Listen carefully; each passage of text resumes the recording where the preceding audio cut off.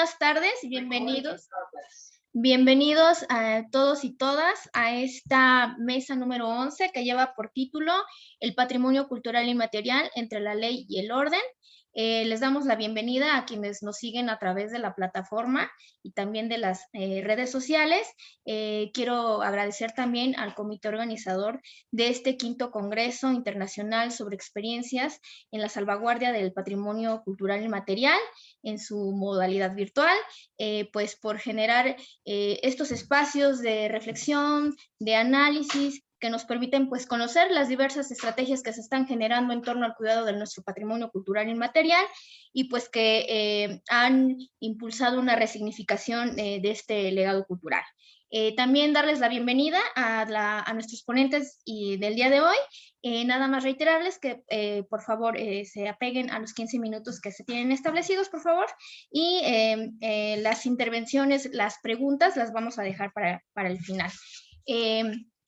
De acuerdo al programa, pues el orden que voy a establecer, a excepción de Elsa, vamos a comenzar con Ángela Sharon. Ella nos va a presentar la ponencia titulada El derecho de acceso a la cultura y las festividades folclóricas peruanas en pandemia. Ángela es abogada. Su tesis que ella presentó analiza el concepto de intangibilidad en la protección jurídica del patrimonio cultural inmaterial.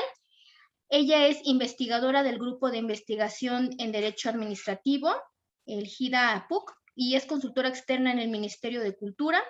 Es adjunta de docencia en la Pontificia Universidad Católica del Perú y tiene a cargo una de las delegaturas en la Asociación Morenada Porteño.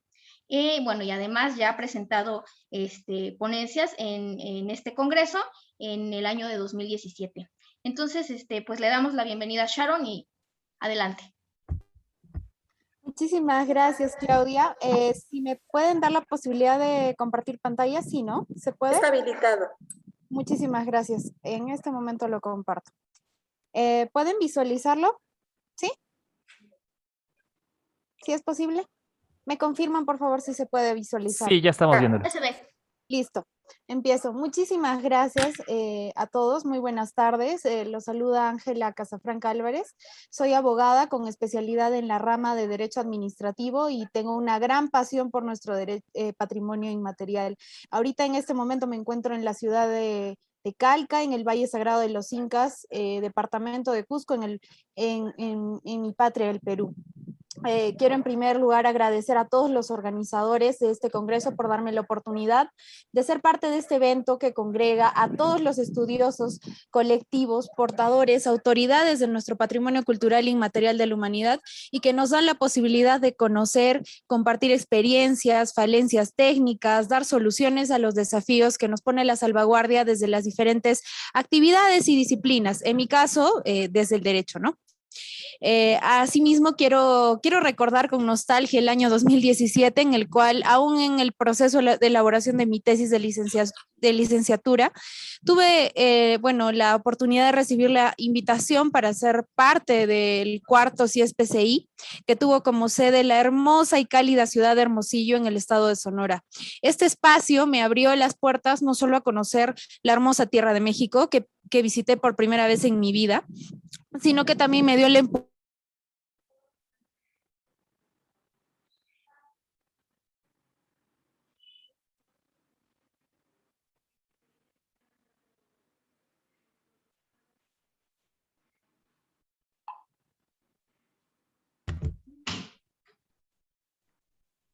empujón a seguir con la hermosa labor de investigación y difusión del derecho a colegas de la salvaguardia del patrimonio, porque esta invitación del año 2017 me cambió la vida, la verdad, y me dio el mensaje de que mi tesis de licenciatura sobre Derecho Administrativo Cultural en las festividades patronales del Perú era solo el inicio del camino que sigo forjando con mucho esfuerzo, pero sobre todo mucha satisfacción y vocación. Muchísimas gracias desde ya.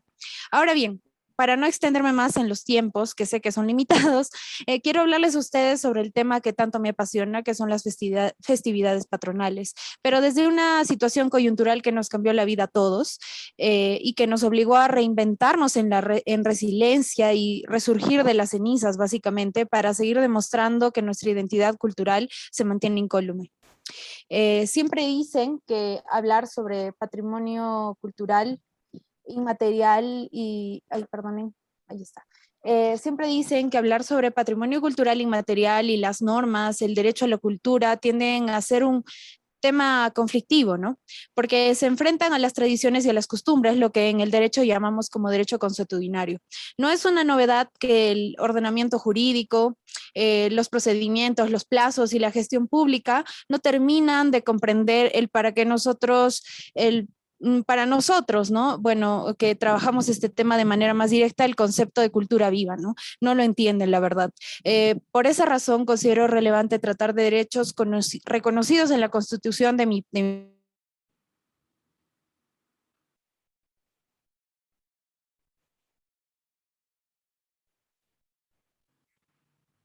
desarrollo de la personalidad. En la esfera del derecho fundamental a la libertad. Estos derechos terminan conformando los bastiones o columnas principales de la motivación para proteger el patrimonio cultural inmaterial y las diversas manifestaciones que lo conforman. Se parte de la idea de los derechos de la esfera cultural porque al encontrarse estos en la Constitución se afianza el deber del Estado y de la sociedad de proteger las manifestaciones del patrimonio, en tanto estas se constituyen como herramienta de acceso a derechos fundamentales. En esta línea, se entiende desde el derecho que el patrimonio cultural es un mecanismo, es una herramienta de acceso a garantías constitucionales y derechos fundamentales. Desde esta perspectiva abstracta del derecho, se hace necesario aterrizar a la coyuntura actual en la que nos encontramos, ¿no? Esta situación en la que el patrimonio inmaterial se ha visto seriamente afectado, algo que quizás ni en nuestros peores sueños nos hubiéramos imaginado, la pandemia por la enfermedad del COVID-19. La coyuntura obligó a las sociedades a replantear la idea de la garantía de derechos, en tanto toda lucha de derechos que se iban conquistando como sociedad se vio totalmente modificada y nos vimos en la necesidad de ponderar, de dar prevalencia al derecho a la salud y al derecho a la vida. Todo ello en atención a la situación de crisis mundial en la que nos encontramos. Por otra parte, la pandemia implicó que dejemos atrás todo avance realizado en las labores de gestión de proyectos, legislación, normativa, que tenían como fin la protección, registro y difusión del patrimonio cultural inmaterial, tal como señala la Convención de la UNESCO del año 2003. En ese sentido, la pandemia alteró las fibras más delgadas del accionar de los planes estatales y sociales para priorizar la vida y la sobrevivencia de la población en medio de la crisis y la muerte. En razón a lo mencionado, se observan dos situaciones bastante puntuales. Por una arista, nuestro derecho como seres humanos a acceder a la cultura, a convivir en diversidad de culturas y pensamientos y de vivir nuestra cultura desde nuestras propias visiones y cosmovisiones. Por otra arista, se tiene la coyuntura pandémica que obliga al Estado en su labor de garante a sobreponer el derecho a la salud por encima de cualquier otro interés público y privado. Es por esta razón que se hace necesario ponerse a pensar entre la situación de oposición de estos derechos reconocidos constitucionalmente en mi país, hablo particularmente de mi país porque, bueno, es la labor en donde yo me encuentro en este momento, los derechos a la salud, a la vida y por otra parte los derechos de acceso a la cultura, diversidad cultural y libre desarrollo de la personalidad, ¿no? Y se hace la necesidad de que, bueno, como los operadores del derecho tengamos que ponderar, ¿no? Y principalmente los gestores públicos en el Estado. Esta discusión toma importancia porque la garantía del derecho de acceso a la cultura se constituye como un deber de interés público, ¿no? Sin embargo, ante una situación pandémica como la que nos ha tocado vivir, se pone en jaque esta idea cuando tenemos a miles de personas que mueren a diario y el Estado tiene el deber de garantizar la vida de estas personas, ¿no? De esta manera, realmente el Estado se ve la obligación de preocuparse por otro tipo de intereses, como es en este caso el tema de salud y la vida, ¿no? Ante esta situación suceden dos dos actos, que es los que estoy mostrando en la pantalla en este momento, que nos permitirán analizar las situaciones en pro del derecho de acceso a la cultura. En un primer acto, los portadores de manifestaciones de patrimonio cultural inmaterial, esto sería al inicio de la pandemia, se han visto totalmente, o bueno, se ven, ¿no? Al inicio de la pandemia totalmente abandonados por el Estado al tener que cerrar todas las ciudades, priorizar la labor de los hospitales, etcétera. En un segundo acto, se observa la eventual reinvención de los portadores y del Estado para atender los derechos culturales que sobrevienen de la salvaguardia del patrimonio inmaterial. Esta reinvención no se constituye como una total garantía, naturalmente, porque hay claras limitaciones sanitarias y económicas. Sin embargo, se observan diversas actuaciones nuevas de planeamiento y acción para dar atención. En esta reinvención se observa una transformación de la gestión compartida, ¿no? Antes de la pandemia se configuraba como la gestión compartida del patrimonio inmaterial se configuraba como la actuación sinérgica entre públicos y privados para garantizar la salvaguardia del patrimonio inmaterial. Y tras el inicio de la pandemia se observa la transformación que les explicaré a continuación en actuaciones no presenciales para dar una respuesta urgente a la situación de crisis cultural, ¿no? Que es algo que realmente en muchos discursos políticos no se suele considerar, ¿no? Lo que es la crisis cultural a raíz de la pandemia. En esta reinvención, el Estado ya no tiene una acción de difusión, de registro, de generación de proyectos de salvaguardia, o al menos no de manera muy activa, sino toma un papel en el que prioriza el rescate, pues, ¿no? La emergencia, el soporte en medio de la crisis sanitaria. Asimismo, las labores de legislación y reglamentación cambian al prevalecer la generación de normativas y directivas que permitan dar atención a las colectividades portadoras del patrimonio inmaterial. En ese sentido, la pandemia se ha constituido como un factor de cambio en la presencia del Estado como actor de la salvaguardia del patrimonio inmaterial. Por otro lado, en el lado de los portadores, que ya no pueden gestionar su patrimonio desde la antigua normalidad, desde la presencialidad, y que ahora cambian totalmente su idiosincrasia y buscan generar acciones que salven de alguna forma, que rescaten y que eviten la desaparición de sus manifestaciones. Además, aún teniendo en cuenta que Tu micrófono, Ángela. ¿qué habrá pasado? No lo sé. ¿Me escuchan? ¿Ahora sí? Te escuchamos. Ya no sé qué pasó, pero bueno, continúo. Estaba en la transformación, ¿no? En la transformación de los portadores que ya no pueden gestionar su patrimonio, pues desde esta antigua normalidad, y que ahora cambian totalmente su idiosincrasia y buscan generar acciones que salven de alguna forma, que rescaten y que eviten la desaparición de sus manifestaciones. De esta manera, la reinvención para la salvaguardia se vuelve para los portadores una directriz a seguir a fin de garantizar su propio derecho de acceso a la cultura. A fin de ejemplificar esta situación, el tema de la presente ponencia se ha enfocado principalmente en festividades patronales. Si bien es cierto, en la antigua normalidad las festividades patronales eran motivo, pues, de reunión, de reencuentro, de intercambio de tradiciones, de sentimientos. Ahora, luego del inicio de la pandemia, las festividades patronales son el significado de la aglomeración de personas y riesgo extremo para contagios de COVID-19. Al menos lo son así para la normativa peruana, ¿no? Que hasta el día de hoy no restablece la ejecución de estas festividades de ninguna manera. Por ello, esta transformación de manifestaciones en la coyuntura actual genera también la transformación de la gestión del patrimonio y de gestión de las acciones para salvaguardar el derecho de acceso a la cultura de las personas que tienen la calidad de portadores y de la sociedad que posee el patrimonio cultural inmaterial. La pregunta que nace ante esta situación como esta es: ¿cómo garantizamos los derechos culturales en festividades patronales durante la coyuntura de la pandemia?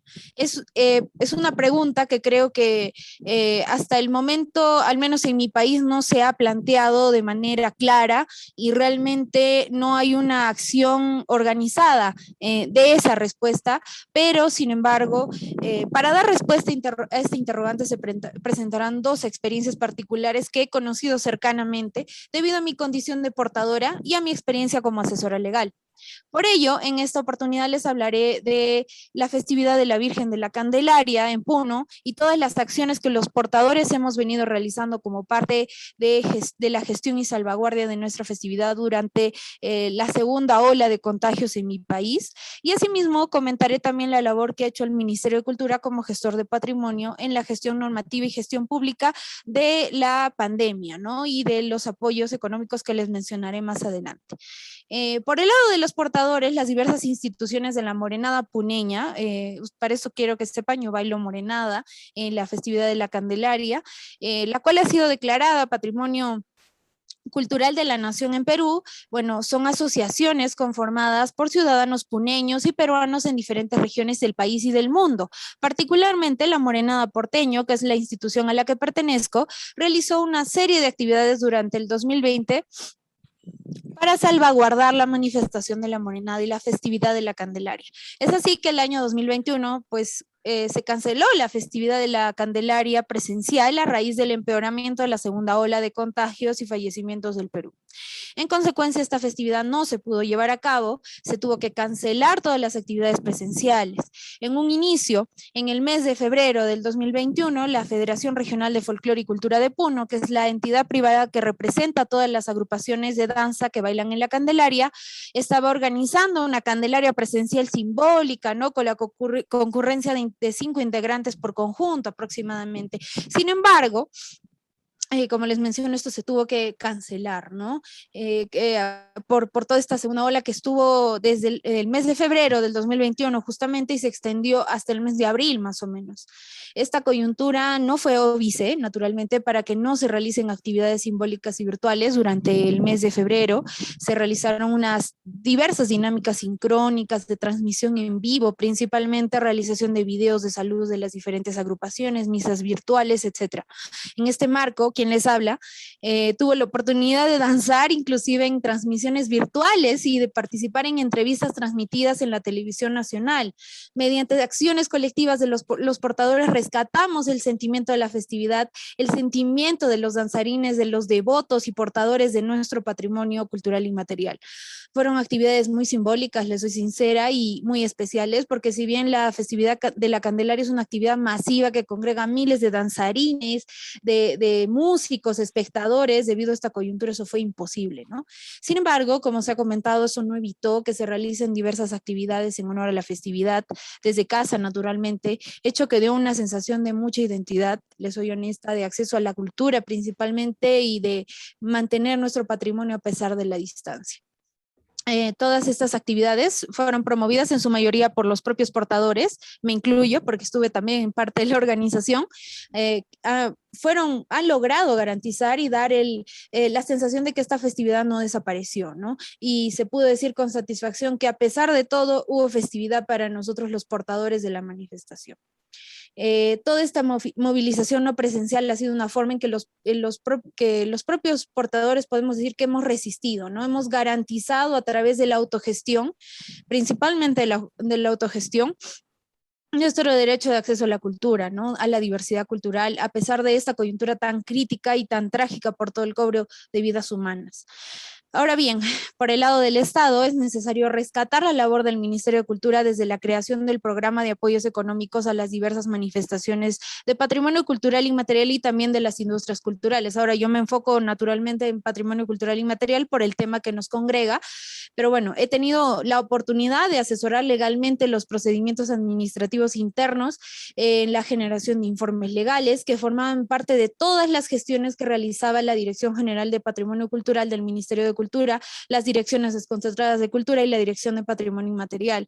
Estas gestiones fueron de largo aliento porque no solamente consistieron en la entrega de apoyos económicos a los portadores, ¿no? Sino que conllevaron todo un proceso, el cual describiré a continuación. Desde la postulación de portadores a los apoyos económicos, la creación de un comité de selección, la selección propia, la verificación de documentación para crear postulantes aptos para el otorgamiento de los apoyos económicos, la verificación de cada uno de los expedientes de beneficiarios seleccionados, que eran aproximadamente 300 en el segundo decreto de urgencia, porque en el primero fueron el doble casi, el monitoreo directo y constante a cada uno de los colectivos y beneficiarios de estos apoyos, el seguimiento de los informes finales con pruebas, naturalmente, que garanticen que se cumplió el objetivo de la entrega de apoyos económicos, la gestión de incidencias legales, que es de ahí donde entraba un poco más yo, ante el incumplimiento de los parámetros establecidos por las directivas del ministerio también. Esta labor... Un minuto, Sharon. Un minuto, perdón. Un minuto, listo. Esta labor de gestión pública y asesoría legal lleva a concluir que sí es posible que el Estado pueda ser partícipe de gestiones de patrimonio en caso de emergencia. Y el Perú es un claro ejemplo de que lo ha hecho con éxito, naturalmente con la posibilidad de poder seguir mejorando, pero lo ha logrado, ¿no? Bueno, en conclusión, ¿no? Sí es posible gestionar los derechos culturales en pandemia, tanto desde el lado de los portadores como desde el lado del Estado. Es sin duda necesaria la motivación inventiva, los incentivos y principalmente los recursos que permitan esta labor. En el caso de la Candelaria, la mayoría de nosotros somos personas que tenemos medios económicos suficientes para permitirnos una laptop, el acceso al internet, el acceso a contenido multimedia, la generación de videos, etcétera. Sin embargo, hay comunidades en Perú, en mi tierra, que son portadores de manifestaciones de patrimonio material, pero que no tienen esa base de recursos y que necesitan el apoyo del Estado, ¿no? Necesitan que él actúe, que sea pues también un gestor, ¿no? Desde el lado del Estado, para garantizar también que los portadores puedan aportar, ¿no? Es por ello que la importancia del patrimonio inmaterial trasciende inclusive a la cuestión económica, algo que poco se entiende, ¿no? Considero que con el programa de apoyos económicos el Estado sí entendió más o menos cuáles son las necesidades, porque a veces la motivación de los propios portadores puede existir, pero tal como se ve en el caso de la Candelaria, pero los recursos no necesariamente, ¿no? Este apoyo, y más aún en esta crisis económica, ¿no? Este apoyo será necesario en esta coyuntura donde se necesita replantear qué somos, para qué estamos acá y qué es lo que buscamos como sociedad, ¿no? Bueno, muchísimas gracias, yo no me extiendo más. Antes de cerrar, quiero dedicar esta ponencia a mi familia en Puno, que sé que más adelante va a ver esto, y especialmente a la memoria de mi tío Eloy Álvarez Frisancho, que fue el primer portador de patrimonio que conocí cuando tenía 3 años y que bailó en la Diablada Soghini en el año 98 y que siempre recordaré con gran cariño en su memoria. Muchísimas gracias. Muchas gracias, Sharon. Bueno, vamos a pasar a continuación con Jessica Alín Gómez Cuadros. Ella nos va a presentar la ponencia intitulada Análisis de los desafíos de salvaguardia de la cultura Mbuan Guaraní. Ella es estudiante de maestría en Ciencia, Tecnología y Sociedad por el Instituto Federal de Paraná. Es graduada en Producción Escénica por la Universidad Federal de Panamá y comenzó una licenciatura en Teatro en la Facultad de Artes de Paraná y ha trabajado en diferentes instituciones públicas del sector de producciones artísticas y culturales. Y bueno, trabaja actualmente en la coordinación de proyectos y producción ejecutiva de obras audiovisuales, artes escénicas, literatura y educación artística. Adelante.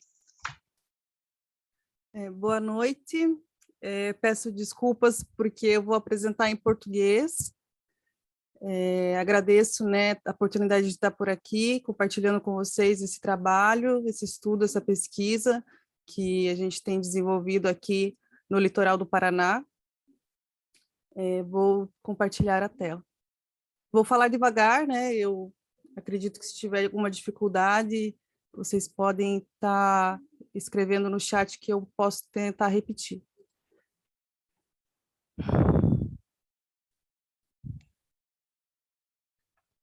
Perdón que interrumpa, no sé si habrá, como en otras sesiones que han hecho uso de algún traductor, no tengo conocimiento. No, Claudia. Ok. Então, esse trabalho, análise do desafio de salvaguarda da cultura Biá Guarani, enfrentada pelo povo da aldeia Pindotã. Sou Jéssica Quadros, produtora cultural, e vou falar sobre um trabalho audiovisual realizado junto ao povo e junto à comunidade. Então, a gente vai ver um pouco sobre o grupo Biá Guarani e como a mediação cultural, né, e pode favorecer a salvaguarda da cultura de uma forma horizontal, com a comunidade e no registro da sua própria cultura, contribuindo na sua difusão e promoção. E como o campo da ciência, tecnologia e sociedade pode impulsionar e pode favorecer as estratégias de elaboração e de execução desses trabalhos. A partir disso, a gente vai perceber de que maneira que a subjetividade pode ser decolonializada, né? Como que a gente pode estar criando e favorecendo novas subjetividades através dos produtos culturais e dessa difusão dos trabalhos artísticos socioculturais. Então, o produtor cultural é o profissional que cria, administra, né, eventos, projetos culturais, intermedia uma interface de saberes entre os artistas, público, poder público, espaços culturais, para o público consumidor da cultura, como que a gente leva, né, como que a gente realiza as ideias e faz acontecer, né, como que a gente pode propiciar essas experiências entre a comunidade, entre o fazer artístico, o fazer cultural, e fortalecer o território e a identidade cultural desses agentes. Então, o produtor cultural, ele faz essa comunicação nessa interface de saberes entre o artista, as mídias, as empresas, o público, a comunidade, os espaços culturais, e ele também dialoga, né, com as políticas públicas. Aqui, nesse caso desse projeto cultural, ele foi realizado através da lei do Programa Nacional de Incentivo à Cultura, aqui é popularmente conhecida como Lei Rouanet. E para fazer esse projeto cultural, a gente passou pelas seguintes etapas, né? Elaboração do projeto, ao argumento, etapas de produção, que cabe à pré-produção, autorizações junto à Fundação Nacional do Índio, ao direito de imagem, a como, né, realizar esse trabalho na aldeia, a produção, filmagens, criação de roteiro, a tradução em Guarani do filme e a pós-produção, que foi a montagem desse produto audiovisual e a sua distribuição, que permanece, mesmo depois da gente ter finalizado a prestação de contas. Todas essas etapas foram realizadas, né, numa comunicação da universidade com a comunidade que se faz há um longo tempo. Então, ele foi elaborado em 2015, a gente conseguiu captar esses recursos para a realização desse trabalho em 2017, e ele foi lançado em 2019. Então, o objetivo era aliar a prática cultural aos fundamentos da universidade, valorizar e potencializar o fator humano nessas relações, né, de burocracias, de criação, de processo criativo que faça sentido para a comunidade.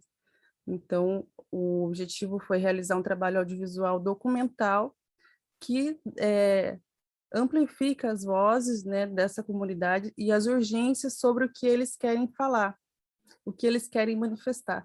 E o que eles trouxeram para nós, além da escolha dessa linguagem audiovisual, que eles acreditam ser muito importante, era para falar sobre a passagem do tempo cotidiano das crianças e os valores ancestrais, sobre o que faziam e o que têm feito agora. Então, o produtor cultural atuou na mediação, né, dessa técnica para alavancar e propiciar essa forma para eles, esse formato que eles tanto ansiavam.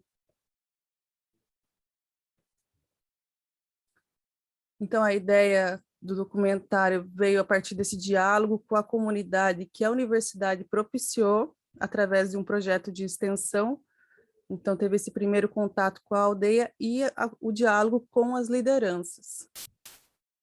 Então, a nossa questão estava em pensar como a produção cultural pode propulsionar, né, a voz da comunidade, os seus anseios e as suas urgências. O roteiro do documentário foi produzido pela própria comunidade. Então, a gente vê essa relação dos indígenas, não indígenas, pesquisadores, e também a contrapartida, né, que é um item elementar dentro dos projetos culturais, foi orientado justamente pela comunidade, que pediram, né, um material, um suporte técnico, para que eles possam desenvolver isso de uma forma independente, né? Os Biá-Guarani são um subgrupo indígena da fala Guarani. Eles somam cerca de 20 mil pessoas que vivem no Paraguai, na Argentina, no Uruguai, e aqui no Brasil estima-se que existem cerca de 7 mil pessoas da etnia Biá aqui no território brasileiro. Nos depoimentos dos Biá aqui do litoral, eles, aqui na Ilha da Cotinga, que é o lugar onde fica a comunidade, eles falam que aqui é o último lugar antes dos seus ancestrais, né, irem para a Terra Sem Mais. Então, é um território sagrado, é uma ilha que fica, daqui a pouco eu vou apresentar aqui o local da ilha, mas fica a 20 minutos do continente da cidade.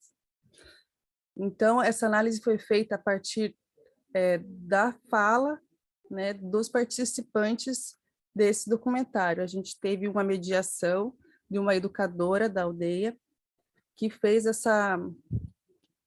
propiciou esses encontros, favoreceu essa fala, essa abertura, né, essa sensibilização entre a equipe, uma equipe reduzida e uma equipe que já tinha um convívio anterior com a comunidade, ali no momento, né, de execução, de estar ali na aldeia e de respeitar o tempo, respeitar os espaços escolhidos e respeitar a forma, o modo, né, como eles se colocavam para se comunicar conosco.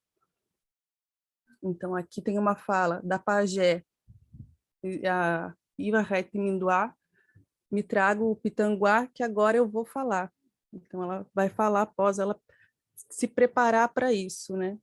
Então, aqui, a partir dessas falas, desses anseios que trazem o documentário, a gente percebe a preocupação e a urgência em estar retomando, né, essas memórias, até criando esses espaços para serem ouvidos.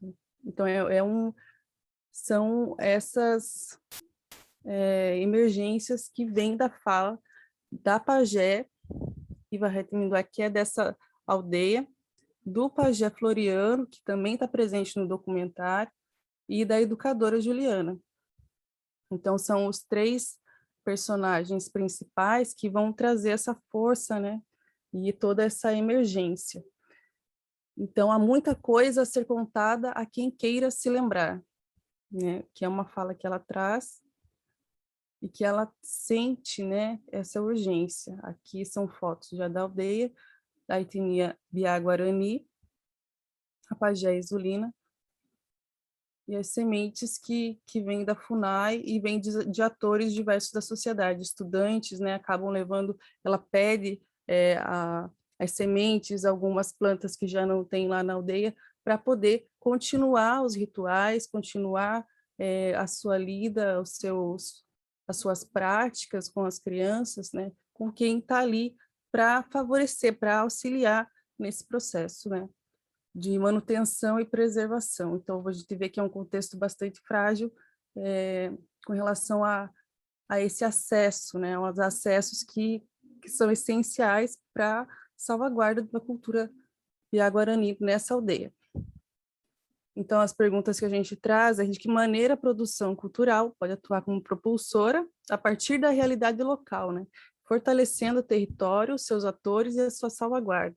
E quais são as estratégias de elaboração e execução dessas propostas que garantam a efetividade do que se pretende, dentro de uma lógica que vai, a partir da economia criativa e da diversidade cultural, valorizar, né, e não lançar e padronizar os fazeres artísticos, sociais e populares num pensamento mercadológico e produtivista. A aldeia Tecoá-Pindotã, que é o local, território sagrado, que foi realizado, né, e ainda é realizado alguns trabalhos, então a gente se preocupa com essa continuidade, né, esse acompanhamento com esses agentes para estar auxiliando, né, para estar mediando essa comunicação com as políticas afirmativas culturais e com os seus fazeres.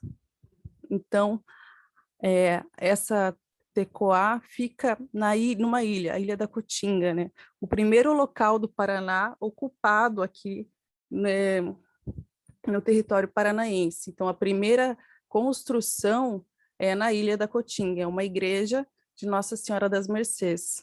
Então, nessa ilha, a gente tem, na época do filme, a gente tinha uma aldeia, agora nós temos duas, que inclusive foi fundada pela roteirista desse nosso documentário. Então, no tempo, né, esse recorte cronológico, na feitura desse documentário, a gente tinha uma, e tem uma escola lá, uma escola bilíngue até a 4ª série. Depois dessa série, as crianças têm que vir para a cidade, então tem que ter um barco específico para isso, tem toda uma demanda que ainda está sendo articulada com o poder público. É a única terra homologada aqui no litoral do Paraná, desde 1994.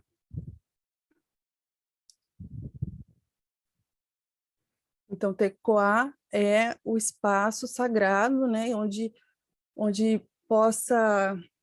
a comunidade possa viver de uma forma plena, né, o seu modo de viver indígena, assim que eles chamam e denominam. Agora, aqui temos a TECOA Pindotã, com o cacique Dionísio, e a TECOA Taquatã, com a cacique Juliana, que também é a única cacique aqui do Paraná, que é a roteirista desse filme, desse documentário.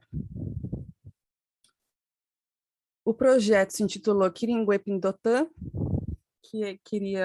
o que eles pretendiam era retomar esse olhar para a infância, né, e essa modificação através do tempo sobre o cotidiano que eles têm nas aldeias em geral Biá-Guarani pela mobilidade que eles têm. Então é algo que eles vislumbram nos locais que passam, tanto que um dos atores, né, desse documentário é o pajé de uma aldeia lá do Rio Grande do Sul.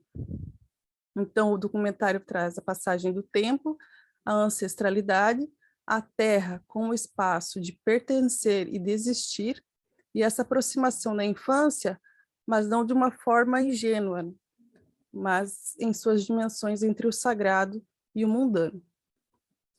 Esse daqui é a arte, né, do documentário. A gente vê que ele foi iniciado numa gestão presidencial e terminou em outra, né? A conclusão dele já foi na gestão mais recente presidencial, então é como se fosse um contraponto até, como o título é da pajé, né? A gente vê que tem uma força aqui, ó.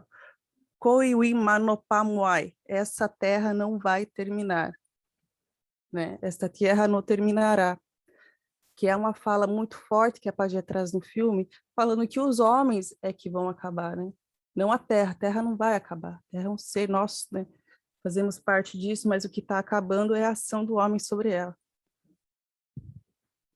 Aqui era a distribuição dos DVDs, né, que a gente fez do documentário para fundações, secretarias, bibliotecas, escolas, né, de que forma que a gente vai estar difundindo esse trabalho e esse saber que continua ainda até agora, né? Essa distribuição nos festivais e em mostras. Aqui são os canais, os espaços que ele já percorreu. Teve uma estreia em julho de 2019, em Curitiba, que é a capital do Paraná, e em Paranaguá, que é o município que a aldeia se localiza. Além disso, tem algumas exibições, né, nas universidades. Tem no Olhar de Cinema, que é um festival bem importante daqui, em que ele foi vencedor de uma menção honrosa. E agora também vai passar, inclusive, na programação aqui do 5º CIESP-PCI, na sexta-feira. Então, o que a gente percebe da fala do que traz o documentário é essa dificuldade na transmissão do conhecimento entre as gerações, né? Essa rotina diferenciada, a alteração das práticas tradicionais pela escassez das sementes, das ervas, até mesmo das necessidades materiais que não se encontram mais ao entorno da aldeia, para a construção das casas, para proteção. Então, a gente vê que ainda tem muita dificuldade nesse sentido. E a manutenção e permanência dessas práticas, né?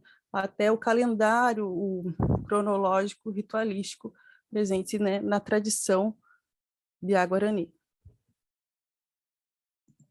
Aqui tem algumas falas. Por favor.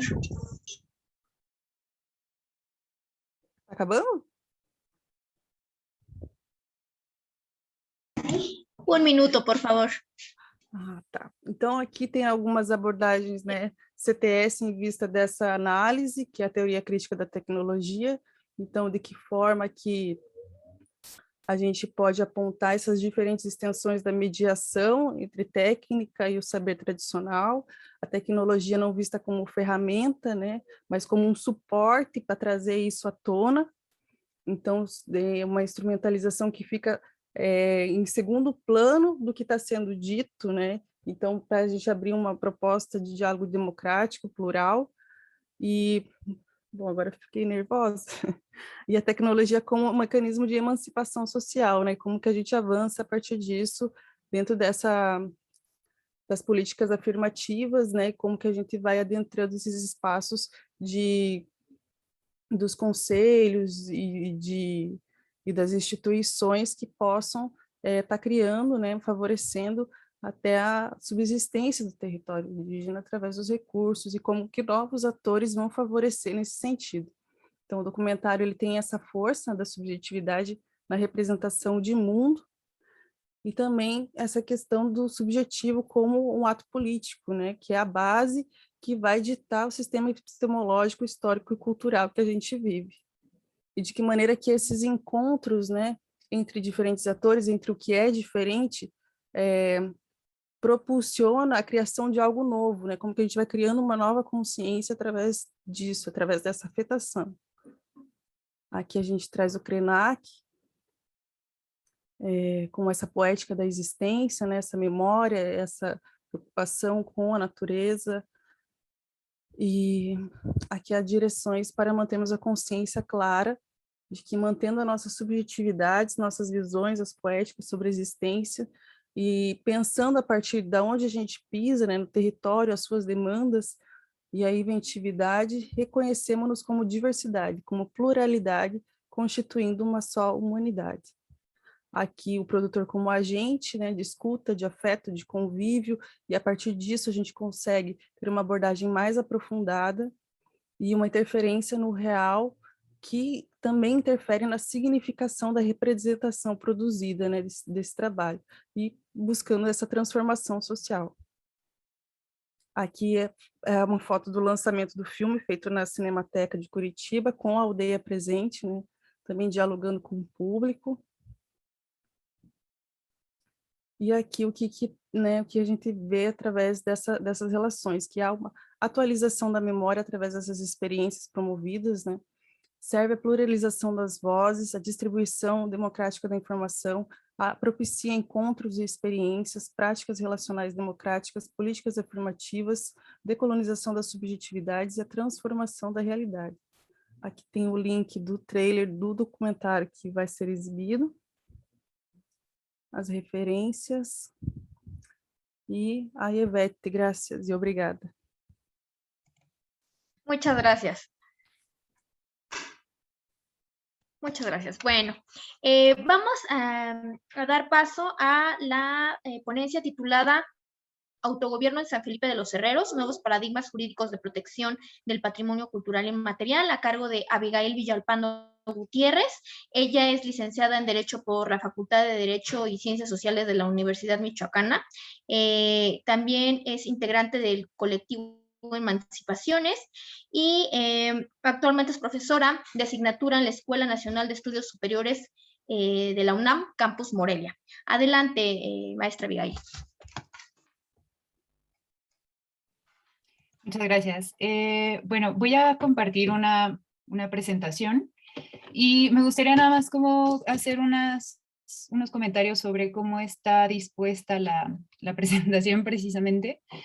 Y bueno, encontrarán algunas referencias que, bueno, no me voy a detener a leer, sino que es justamente para que se entienda como algo que quiero dejar un poco ahí para que reflexionemos sobre la imbricación de los derechos culturales con los derechos político-electorales de las comunidades indígenas. Entonces, mientras, o sea, el énfasis de mi charla sí tendrá que ver con esta indivisibilidad de los derechos, quise poner algunas referencias que están mucho más aterrizadas al tema de patrimonio cultural. Entonces me gustaría nada más saber si se ve para dar inicio. Sí. ¿Sí? Bueno, les agradezco de inicio a todas, todos, todes quienes están acá y están interesados en estos temas. Y como bien lo decían, mi tema habla sobre el autogobierno en San Felipe de los Herreros y los nuevos paradigmas jurídicos de protección del patrimonio cultural inmaterial. En este sentido, me voy a permitir leer un poco el resumen para enmarcar la charla. Y bueno, comenzaré diciendo que San Felipe de los Herreros es una comunidad purépecha que está sentada precisamente en la meseta purépecha de Michoacán y que ejerce su derecho de libre determinación y autogobierno desde el año 2017. Entre otras cosas, la vigencia y la vitalidad de sus formas tradicionales de participación y organización político-social, así como diversas prácticas y manifestaciones culturales que refuerzan su sentido de identidad comunitaria, fueron algunos de los factores fundamentales para efectivizarlo, pero sobre todo para que este proyecto de autogobierno se mantenga hasta la fecha. A pesar de la importancia de esta última, que es la música, la pirecua, que es un canto tradicional purépecha que fue patrimonializado en el 2010 por la UNESCO, parece haber sido desplazada por otros géneros como los sonecitos, las oberturas y los abajeños. Esto ya lo abordo un poco más adelante. Y esta charla, estas reflexiones surgen del acompañamiento jurídico que brindamos en colectivo a la comunidad en una lucha política que ya venían emprendiendo y sosteniendo desde años atrás. Y a raíz de este acompañamiento pude observar lo que yo pensaría que es como la transferencia de los valores que la misma Convención de Salvaguardia presume que tiene el patrimonio cultural a otras prácticas que no están necesariamente reconocidas por la UNESCO. Entonces, derivado de lo anterior, la presente ponencia tiene dos objetivos principales.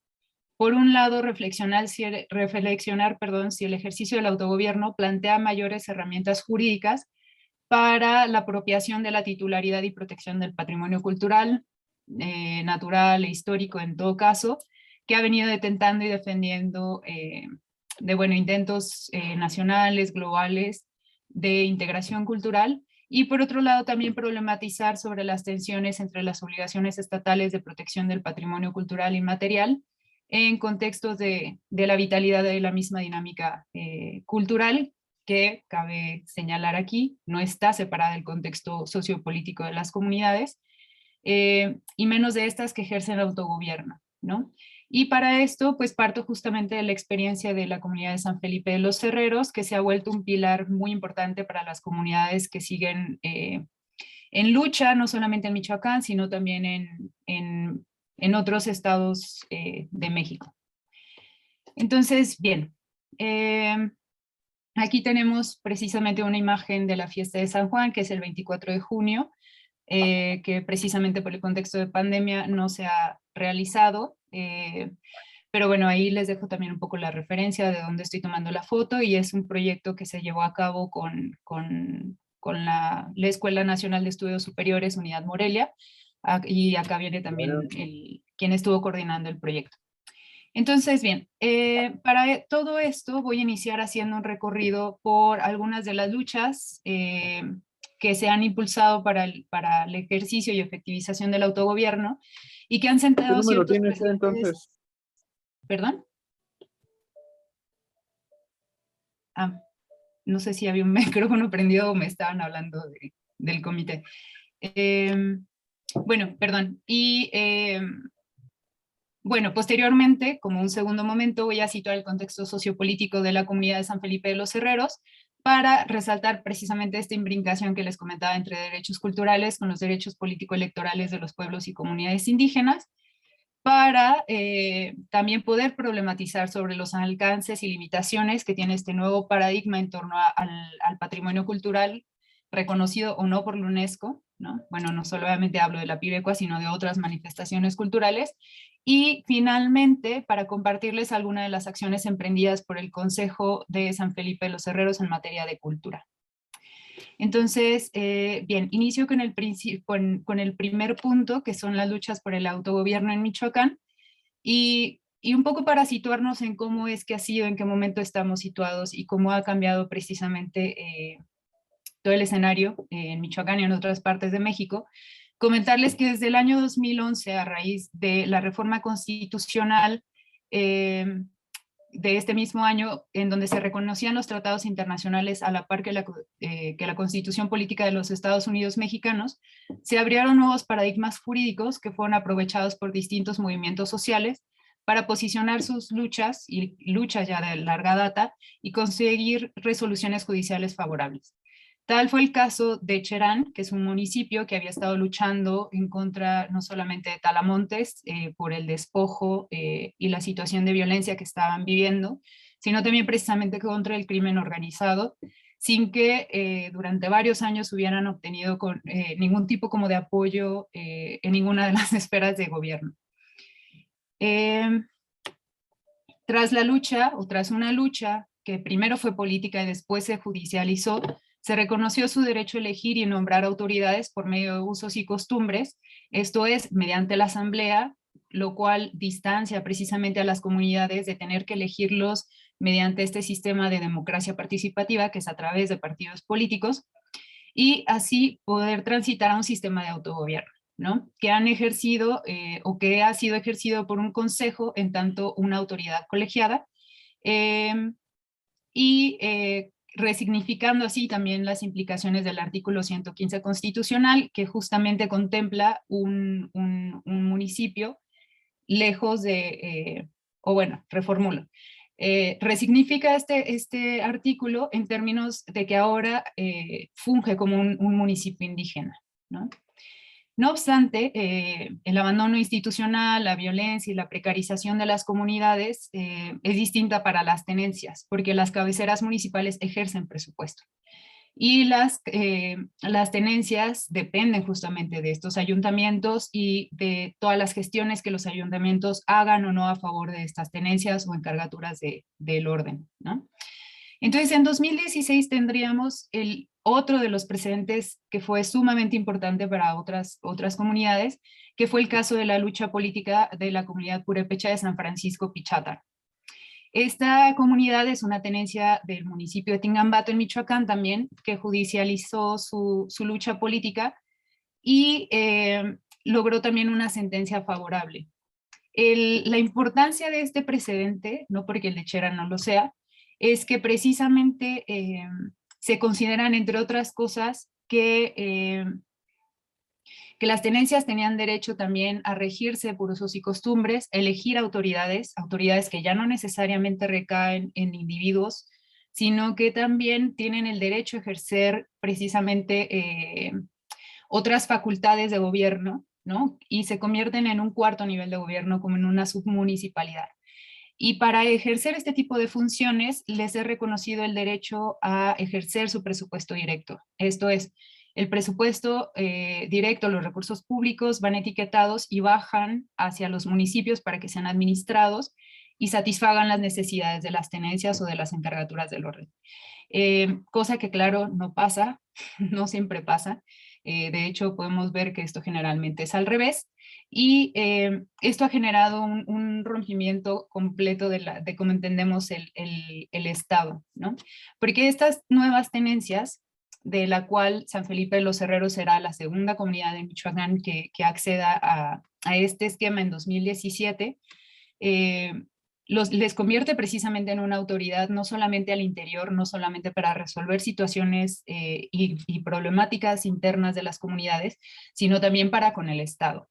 O sea, ya las gestiones que se hacen no son a través de los ayuntamientos, sino que se convierten en un cuarto nivel de gobierno que pueden actuar, hacer gestiones pero también ejercer las mismas obligaciones que tenía anteriormente el ayuntamiento frente a todas las instituciones estatales, ¿no? Entiéndase que obtienen también las obligaciones de fiscalizar, de que se les audite, pero también de prestar servicios como agua, saneamiento, recolección de basura, entre otras, ¿no? Pero también les abre la posibilidad de gestionar otro tipo de programas, entendamos también ahí imbrica la cuestión cultural, frente a las instituciones sin intermediarios, ¿no? Claro que esto es mucho más sencillo si lo pensamos en términos abstractos y legales que lo que ha realmente sucedido con el Estado, ¿no? El Estado ha tenido muchos problemas para entender justamente cómo este tránsito de figuras individuales a figuras comunitarias, a entender cómo operan las asambleas y demás, ¿no? Pero bueno, cuando menos esto nos da una idea de dónde estamos situadas ahora en Michoacán. Para esto entonces me gustaría pasar como a un contexto sociopolítico de la comunidad en específico, ¿no? Al igual que otras comunidades, San Felipe de los Herreros había sostenido una lucha política contra el ayuntamiento de Charapan, del cual es tenencia por distintos motivos, ¿no? Entre otros, la no conclusión de obras públicas, la discriminación, el poco recurso que ejercían en la comunidad con relación al presupuesto que realmente les correspondía. Y como parte de la lucha política que venía sosteniendo la comunidad, se firmó en algún momento con las autoridades municipales un convenio en el que el presidente municipal en turno del 2015 se comprometía a entregar el recurso directo que le corresponde a la comunidad, cosa que, pues, como era de esperarse, no sucedió. Y frente a este incumplimiento, la comunidad decide comenzar un proceso de judicialización en 2017, lo que derivó precisamente en una sentencia favorable, ¿no? De hecho, podemos encontrar un poco más sobre este procedimiento en este artículo que les comparto acá, que está en línea. Y desde el 2017 la comunidad precisamente reestructura las autoridades tradicionales, como lo explica hace rato en este pequeño artículo, y ahora se va a configurar en un consejo comunal indígena, ¿no? Que este nuevo órgano de representación se va a dividir de manera interna en dos autoridades. El consejo comunal, que funciona como un órgano de consulta al interior, y el consejo administrativo, que se encarga precisamente de atender todas las obligaciones que conlleva regirse por un sistema de autogobierno y ejercer recurso público, ¿no? Pero es importante también notar precisamente cómo precisamente el patrimonio cultural se supone como una forma de mantener y cohesionar y bueno, mantener como viva la cultura y preservar la unidad comunitaria, ¿no? Y es interesante ver cómo esto también se traslapa, no solamente o cómo se materializa o cómo lo podemos ver desde fuera, no solamente a través de ciertas manifestaciones culturales que siguen vigentes a pesar de toda la exclusión y todos los contextos de apropiación cultural que sufren las comunidades, sino también a través de todas estas estructuras, ¿no? O sea, al final de cuentas, creo que es necesario que entendamos que la cultura no es un aspecto aislado que se pueda ni estudiar, ni abordar, ni mucho menos proteger, ni salvaguardar, si se le sigue viendo desarticulado de estas otras de estas otras instituciones en las que a veces se sostiene, ¿no? O que cuando precisamente estas peligran, el patrimonio cultural se ve directamente como afectado. Entonces, acá, por ejemplo, parte de estos valores comunitarios están también ahí como parte de los requisitos para ser autoridad, ¿no? Entre otras, y como en muchas otras comunidades, para ejercer algún cargo, se busca que precisamente, y aquí sí hay una cuestión etaria, que sean personas mayores, que preferentemente hayan tenido algún cargo comunal, que precisamente lo veremos adelante, se da mucho en la comunidad a través de esta fiesta de San Juan que les comentaba el 24 de junio, en donde se solicitaba a las autoridades civiles poderse constituir como cargueros, cargueras para el siguiente año, ¿no? Como ya sabemos en muchas de estas fiestas, ser carguero, ser carguera implica costear la fiesta, que es una fiesta que dura de 4 a 5 días, o bueno, duraba en contextos no pandémicos, y que precisamente están dedicadas a alguna, o hay alguna petición de por medio, ¿no? O sea, hay también una imbricación acá entre cuestiones religiosas y cuestiones de gobierno. Entonces, bueno, aparte de haber sido o tenido algún cargo, se pide también que haya como ciertos valores reconocidos por la comunidad, ¿no? Que sean personas honestas, respetuosas, solidarias y confiables. Lo interesante, y voy metiendo prisa porque ya voy viendo que tengo 5 minutos, es que precisamente no fue suficiente en algún momento solamente estos requisitos, sino que la misma relación con el Estado, la misma relación y el fungir como autoridades frente al Estado, fue exigiendo también de ciertas otras habilidades, manejo tecnológico, de otros formatos, de cierto software, y esto fue abriendo precisamente espacios para comuneras, comuneros más jóvenes que habían tenido también algún tipo de formación académica, ¿no? Lo que hace que también estas nuevas generaciones vayan pues insertándose en estas nuevas formas de gobierno, vayan entendiendo y de esta manera, esperemos, puedan también sostener este tipo de proyectos que ha costado mucho trabajo mantener, ¿no? Es importante señalar acá que precisamente el autogobierno se ejerce en el marco del, o en este derecho macro, que es el de libre determinación reconocido por la Constitución en el artículo 2, a diferencia de otros esquemas de autonomía, por ejemplo, como lo serían las comunidades zapatistas, ¿no? Entonces, bien, me voy un poco más rápido. Precisamente, a pesar de que los derechos humanos se cree o se dice que son universales, interdependientes, indivisibles y progresivos, pues vamos a ver que caemos en esta contradicción en la que se supone que no hay derechos que sean más importantes o más relevantes que otros. Vamos a ver que sí hay derechos que son más exigibles que otros, ¿no? Entonces, para nosotros ejercer o efectivizar ciertos derechos culturales vamos a tener quizá herramientas menos fuertes frente al Estado o frente a terceros que el caso de estos derechos político-electorales, ¿no? Que como ya decíamos, entre otras cosas, ha favorecido precisamente que las comunidades se erijan como sujetos de derecho público frente al Estado mexicano, ¿no? Y que esto les ayude a tener acceso a ejercer otro tipo de acciones.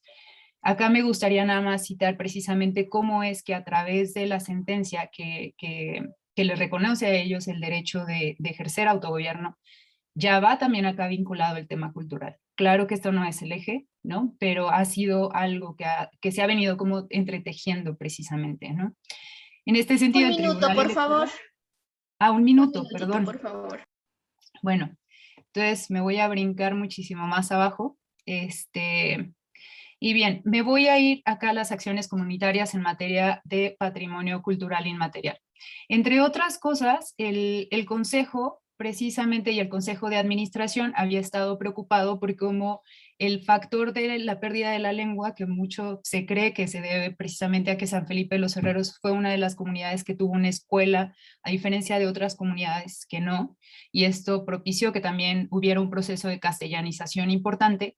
Ya el problema de la pérdida de la lengua ha sido como identificado por las autoridades comunales y antes de la pandemia se había iniciado con una escuela para enseñar purépecha.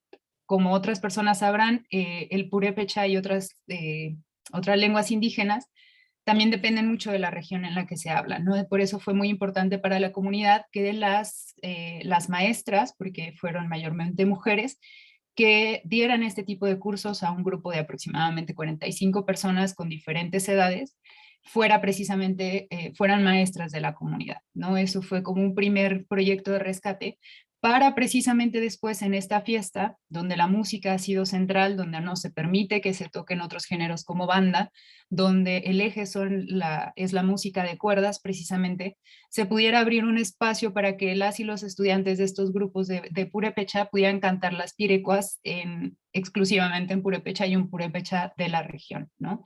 Entre otras cosas, se destinó también un espacio para abrir un departamento de educación y cultura, que ha sido como una de las áreas que también ha asumido el consejo, los consejos, y han tenido algún tipo de acercamientos, aunque parece todavía como que la Secretaría de Cultura del Estado no ha tenido tantos acercamientos con la comunidad como lo ha hecho con otros ayuntamientos, pero cuando menos sí se impulsó precisamente la grabación de un nuevo material de un pireri de la comunidad, en el cual se lanzaron algunos materiales inéditos. Entonces, bueno, un poco nada más quisiera cerrar diciendo precisamente que sí es importante entender que no podemos pensar en la preservación del patrimonio cultural inmaterial sin poner en el centro a las y los detentadores y a los contextos de precarización, ¿no? Y el por qué no están pudiendo efectivizar o por qué no están pudiendo tener precisamente la agenda cultural en las manos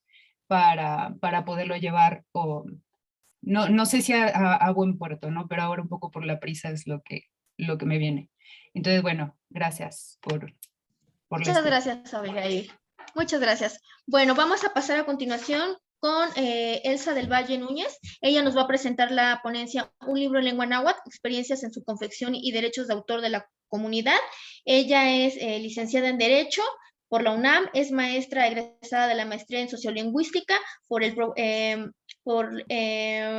programa de formación de educación intercultural bilingüe para los países andinos, y bueno, ha tomado diplomados y es egresada también del curso de formación de profesores de lengua y cultura náhuatl por la UNAM.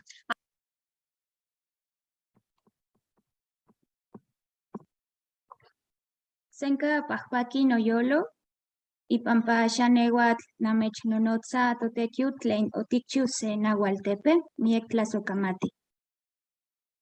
Buenas tardes.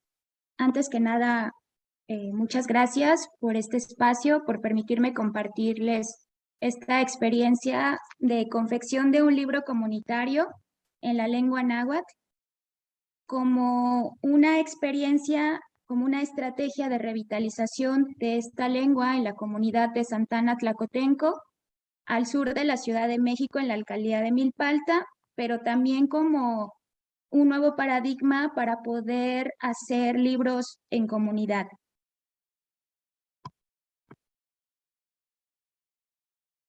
Los comentarios que a continuación voy a vertir son producto de una investigación de carácter etnográfico cualitativo que he desarrollado en la comunidad de Santana Tlacotenco, al sur de la Ciudad de México.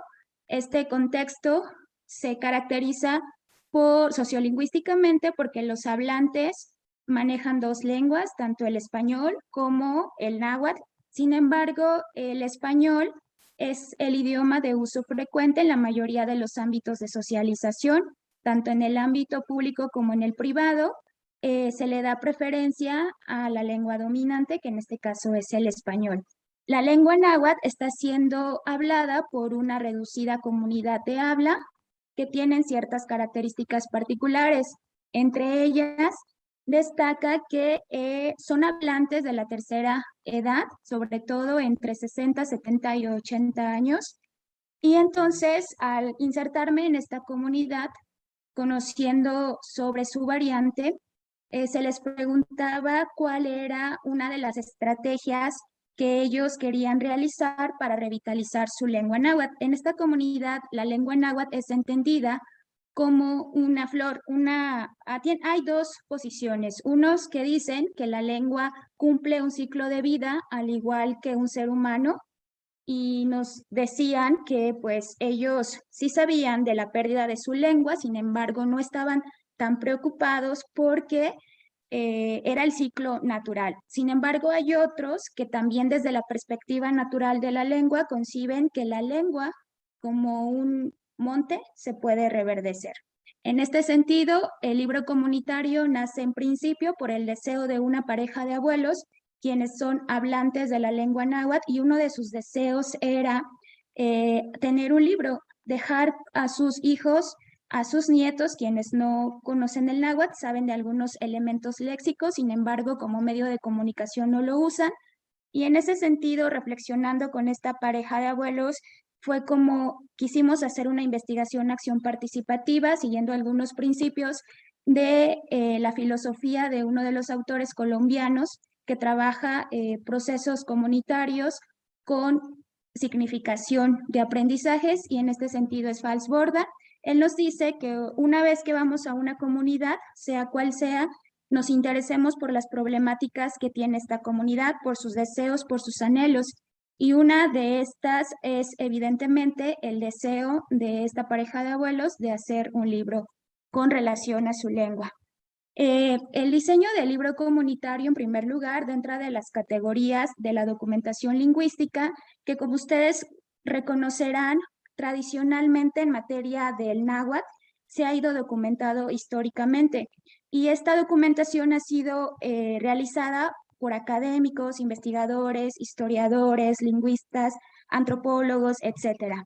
Entonces, nosotros pensamos que tenía que nacer el libro comunitario como una estrategia de documentación desde abajo, sin propiamente considerar a lingüistas, porque muchos de los hablantes nos han dicho que cuando tienen contacto con los lingüistas, como ustedes sabrán, algunos les dicen que por las estructuras gramaticales ellos tendrían quizás que modificar. Sin embargo, considerando que la importancia era como darle dinamismo a la lengua de este territorio, fue respetar el habla tal cual como los hablantes nos las compartieron.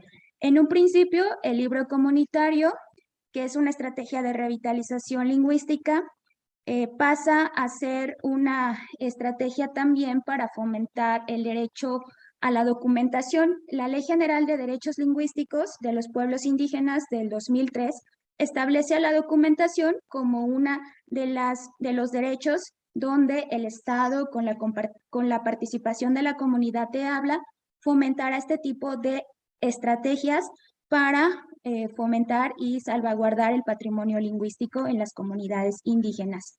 En primer lugar, también señalar que en la comunidad de habla náhuatl, en esta localidad de Santana Tlacotenco, hay una fractura entre los propios hablantes. Hay quienes, estando en una misma plática, no hablan en náhuatl. Algunos tienen algunas diferencias en cuanto el hablar bien para algunos y el hablar mal para otros. La comunidad de habla náhuatl está fracturada en sentido general y queríamos pues fomentar cómo tejer nuevas redes con los hablantes y con los interesados que tenemos este objetivo de llevar, claro, hacer investigaciones con la comunidad, desde la comunidad, pero también para beneficio a la comunidad, llevar un poco del conocimiento que nosotros hemos aprendido en las academias para poderles también compartir de los elementos que nosotros hemos aprendido en procesos de revitalización de lengua, pero sobre todo respetando los mismos procesos que se gestan en la comunidad. En la comunidad de Santana Tlacotenco hay diferentes grupos particulares quienes han hecho diversas actividades en pro de la conservación de su lengua. Esta estrategia de revitalización de la documentación pasó por asamblea pública. Lamentablemente, como la ponente anterior lo había explicitado, a veces pensamos que la cultura pasa a segundo o a tercer término. En la práctica creo que sí está pasando a segundo y tercer término. Sin embargo, la cultura como la lengua va de la mano con otros aspectos importantes como la defensa del territorio, la defensa de los bosques, incluso los propios derechos de gestión de la autonomía. Entonces, hay un interés particular de esta familia, hay un interés por la comunidad por mantener la lengua, pero decíamos, bueno, ¿cómo podemos hacerlo? En primer lugar, tocamos a las instancias gubernamentales y las instancias gubernamentales nos logran dotar con un apoyo económico que, si bien es cierto, ha sido importante. Creemos que evidentemente viene de esta postura paternalista, donde solamente es dar un poco, pensando que están haciendo efectivo, garantizando derechos, pero vemos que pues este derecho progresivo a la lengua pues no es progresivo.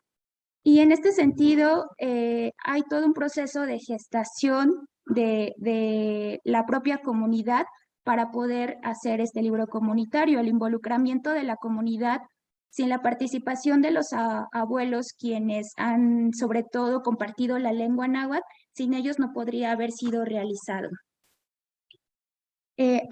Ustedes pueden observar que se ha hecho la asamblea comunitaria y de los 15,000 habitantes del pueblo de Santana Tlacotenco hay un quórum muy reducido. En este proyecto participaron 50 comuneros, entre ellos niños, jóvenes y adultos y abuelitos. ¿Cómo realizar la documentación de la lengua para la confección del libro comunitario? Bueno, en primer lugar, destacar que la documentación parte de la observación hacia una práctica comunitaria que tienen los tlacotenses. Ellos, cada 1 y 2 de noviembre, se reúnen afuera de sus puertas, de sus casas, en las calles, prenden una fogata y entonces alrededor de esta fogata lo que hacen ellos es conversar, pero conversan en lengua, en español. Entonces quisimos retomar esta práctica comunitaria de las fogatas, hacerlas móviles, ir de casa en casa, donde los hablantes, los abuelitos quisieran compartirnos su lengua, documentarla a partir de una cámara de video, de celulares, y realizar este proceso donde ellos nos compartían alguna historia, alguna vivencia o algún aspecto que ellos quisieran difundir dentro de su propia comunidad. Estas fogatas nahuas móviles tradicionales tienen la característica de que en lugar de hablar español, tuviéramos hablar solo náhuatl. Como una estrategia para poder fortalecer, transmitir la lengua, incluso para volverla, como ellos dicen, renacer la lengua, utilizamos el método comunicativo. Invitábamos a la gente con los medios de difusión locales que ellos tienen y la gente que quería sumarse al proyecto pues se iba integrando. Consistía en ir a las casas de los actores, de los abuelitos, hacer una fogata, recrear este evento, pero ahora sí teniendo la supervisión de que siempre tendríamos que estar hablando náhuatl.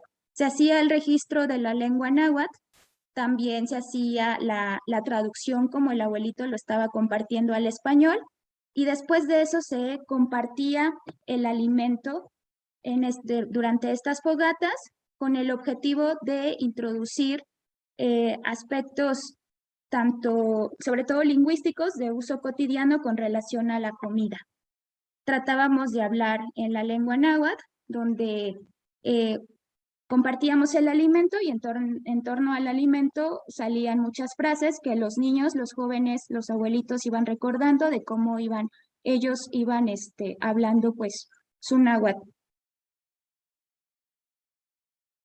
Ustedes pueden observar, este es un caso particular donde el hablante es de una población de Puebla, ella es migrante y ella nos decía que al llegar a Santana Tlacotenco se dio cuenta que había hablantes de náhuatl, sin embargo hablaban diferente.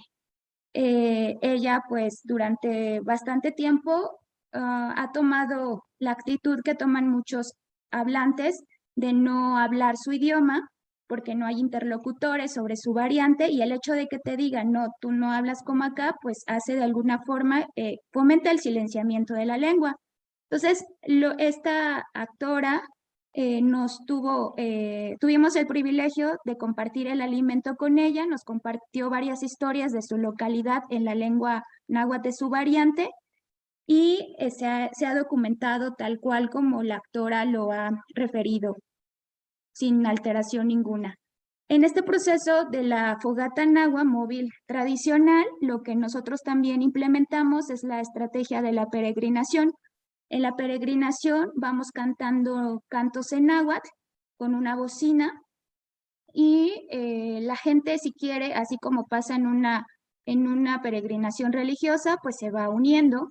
Llevábamos flores porque la mayoría de estos actores con los que tuvimos esta pequeña participación son católicos, entonces pues ahí no hubo ninguna discrepancia, quizás inconformidad de entre varias de las religiones que hay en esta localidad, y nos acompañaban niños, abuelos, personas ajenas incluso a lo que es el territorio de los Tlacotenca.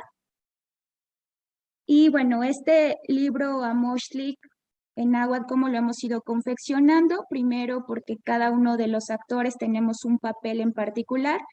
Hemos caracterizado esta documentación como casera, evidentemente porque ninguno de los actores pues estábamos especializados en la documentación de lenguas, y también porque hemos utilizado los medios tecnológicos que teníamos a la mano, y las propias estrategias se han ido diseñando conforme hemos ido enfrentando los retos para hacer este libro comunitario. En la participación de los abuelitos, ellos o los señores que hablaban náhuatl, ellos nos compartían a través de la oralidad. Su palabra era documentada y habían varios jóvenes que conocemos la variante de Santana Tlacotenco y que nos ayudó mucho para el registro. Se exponía en un pizarrón el cuento, y después los abuelos se les llamaba nuevamente para que los abuelitos validaran tal cual como había quedado su cuento registrado. Si el abuelito estaba inconforme, se volvía a registrar, y entonces es una de las formas como en las cuales nosotros tomamos ciertas reglas para implementar la documentación. Algo interesante, aquí vemos el caso del señor Ramón, donde en principio él llega, él se informa de este proyecto a través del Facebook, y entonces él llega, él en principio es hablante pasivo, sin embargo en este proyecto terminó recordando mucho del náhuatl y se animó a compartir una de sus historias. Después llevó a sus nietos, y bueno, el objetivo de esta documentación no ha sido en estricto sentido la emisión de un libro de texto, sino sobre todo tejer otra vez comunidad de habla y sobre todo acercar a la primera generación con las nuevas generaciones. Un minuto, por favor. Sí, gracias. El caso de la señora Concepción es el mismo caso, acercar a las nuevas generaciones. Hacemos uso del pizarrón, que es validado por los hablantes. El papel de los niños es fundamental porque son los que realizan los dibujos. Esta es la edición a grandes rasgos del libro comunitario, que conjunta 12 historias en lengua náhuatl ilustradas por los niños. Se ha dejado un ejemplar en la biblioteca pública, y bueno, recordando que la documentación es uno de los derechos que, sin embargo, muchas veces encontramos en las bibliotecas locales lenguas y variantes que no son propias de nuestra comunidad, pero pensamos que este libro comunitario acerca a la gente y también tiene la oportunidad de tenerse como autor de su propio libro. Miek Tlazocamate. Muchísimas gracias. Muchas gracias. Si tienen alguna pregunta, pueden hacerla, por favor, para que los ponentes puedan responderla, ya que estamos en tiempo.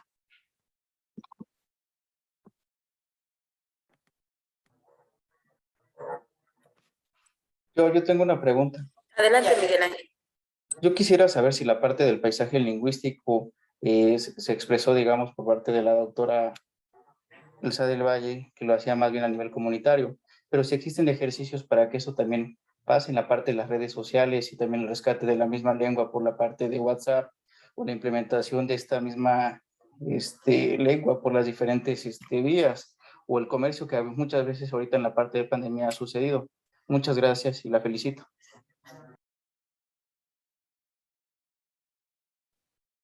Muchas gracias, Miguel. Bueno, el paisaje lingüístico que hablamos en otra de las mesas es una estrategia de revitalización que es, más bien, el paisaje lingüístico es una categoría dentro de los señalamientos que existen en la vía pública. Es diferente a las estrategias que tenemos de revitalización de lenguas por medios digitales, como por ejemplo el WhatsApp que tú mencionas, o por ejemplo en el Facebook. Esta comunidad de habla de Santana Tlacotenco, hay varias páginas en redes sociales donde están haciendo uso de la lengua náhuatl de una forma escrita.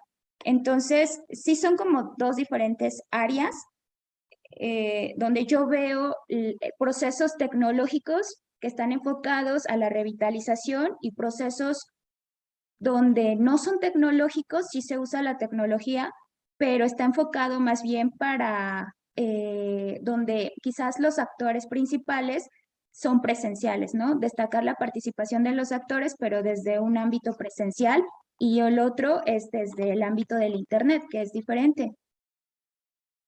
Muchas gracias, doctora.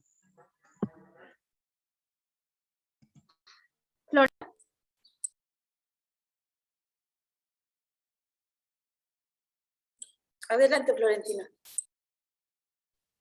Sí, gracias.